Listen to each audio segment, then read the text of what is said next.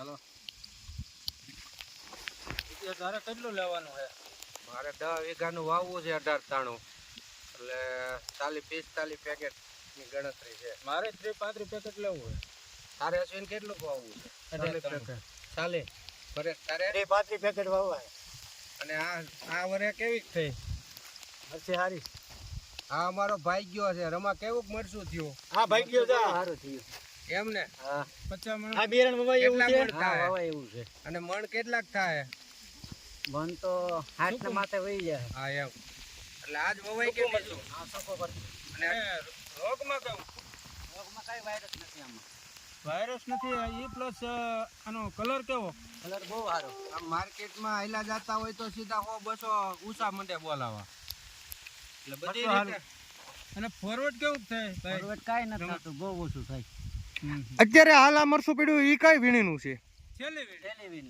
તો એની અંદર સાઈઝ કેવી છે પ્રકાશભાઈ? સાઈઝ ફૂલ સારી છે સાઈઝ. સાઈઝ. જે પહેલી વીણીનું ઉતરે ઈ જ સાઈઝ. આમાં ન્યા ક્યાં આમાં સાઈઝમાં કાઈ ન ઘટે. સાઈઝમાં કઈ ઘટે નહીં 18 માં. તમે જોવો પણ ફોરવર્ડ બોરવર્ડ કાઈ નહીં. ફોરવર્ડ તો હાવ જેવો આમાં હજી વીણ્યું નથી. આ ઢગલા પોરા જ કર્યા છે.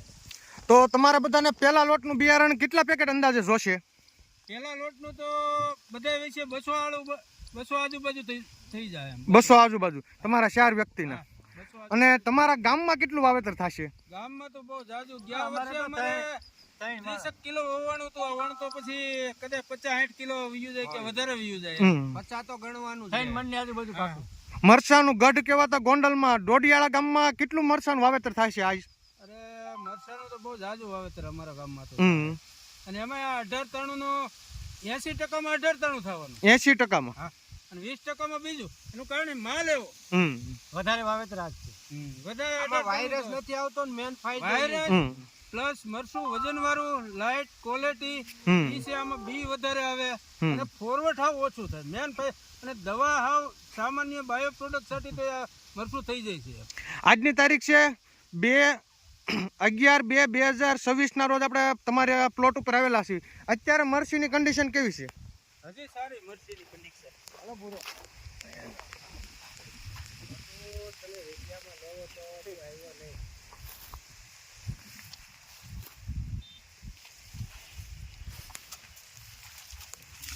હજી અમારી મરસીમાં 45 મણ આળે ગાળે ઉતરી ગયું તો હજી આટલો માલ ભીરો છે. હજી અંદાજે 15 થી 20 મણ પાકો હજી. 15 થી 20 મણ મરસું આવશે.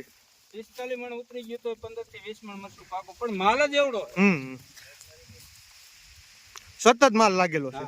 તો પ્રકાશભાઈ, અને આસોડું જોવો નમી ગયું એમ. વાહ, માલ સતત લાગેલો છે. તો આવતા વર્ષે 18 વાવવાનું પાક્કું ને? પાકું વાવવાનું.